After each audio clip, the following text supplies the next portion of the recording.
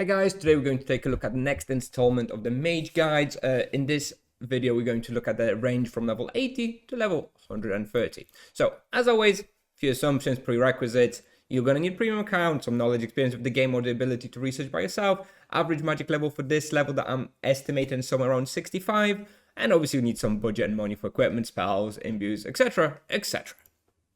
So, moving on, first thing we'll talk about is the wheel, because this is the first level range where the wheel actually kind of becomes relevant.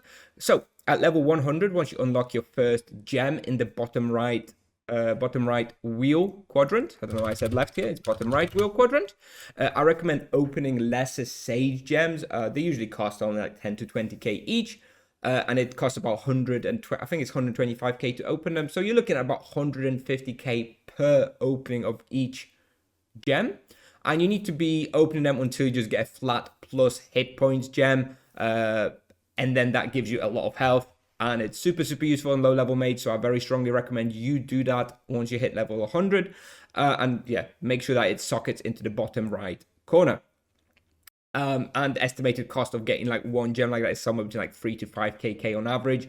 You can get very lucky, get it quickly, or you can even cost you a bit more than that, but regardless, you'll be using it for hundreds of levels, so very worthwhile. Gives you much more room, much more health and more room to play with, and hunt some more difficult spots. So definitely recommend that very strongly. Moving on, with regards to imbuements, as always, make sure you know what imbuements are. My recommended setup at this level range now is probably the double powerful void in the helmet and the weapon. At level 80, you unlock the Dream Blossom wand, in which I usually just imbue powerful void. I have my powerful void in the helmet as well, usually the Yalahari mask at this point. Obviously, there are some other setups. You can still be using your tiered sword, with powerful strike, powerful void, and then you still have the mage hat with powerful epiphany, whatever. At the very minimum, if you really can't afford this, make sure to have at least 2 times basic void, likely in the Dream Blossom wand and the Yalahari helmet. Yalahari mask. Here is the equipment, the overall equipment that I recommend, that I expect you would be using in this level range. I'm not really going to go into all of those. You can just have a read through those. You can use different legs if you want. If you don't really need the physical protection from woven legs, you can still be using like blue legs or terror legs, whatever. That's fine as well. And yeah, something to keep in mind is that you unlock the Ring of Green Plasma for level 100. Very good. Kind of expensive to use, so again, up to you if you want to be doing that, but I do highly recommend it. With regards to the recommended quests for this level range, we have quite a few actually that I do recommend you start at least if you don't actually finish all of them. For the Killing the Name of, I think for the mages, giant spiders, werewolves in Grimvale, and high class lizards are like some pretty good tasks. So I do recommend you do those. I don't think there's really anything else that's that relevant for you.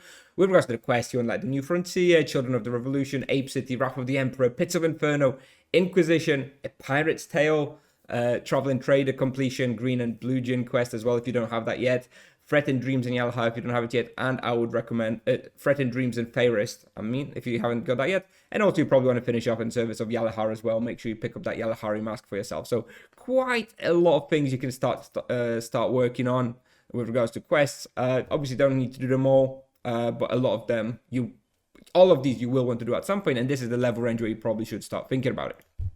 Moving on to the hunting spots that some of the best ones for power gaming, I recommend from level 80 is Savvy Surfers with SDs. You can do that earlier if you want to. It's risky, so I only recommend from level 80 plus.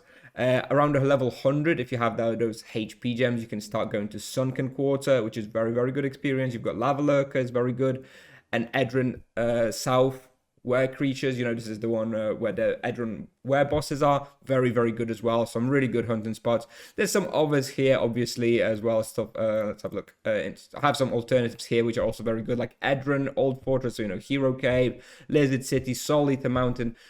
Lots of really good places. It's quite a fun level range, actually. I quite enjoyed this level 80 to level 100 level range. There's really quite a lot of places you can hunt.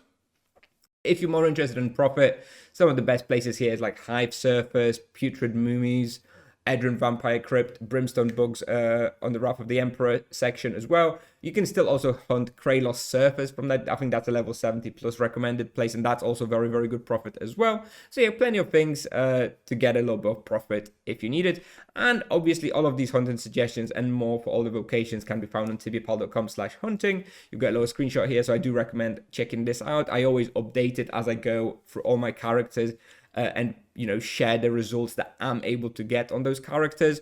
You know, you might always be able to get a little bit less than me. That's fine, but it's still a relevant reference point because that's, you know, me hunting there. So it's the same character, same person hunting there. So if you get 10% less in one spot, you're probably going to get 10% less in the other spot. So you still can use it as a very useful comparison.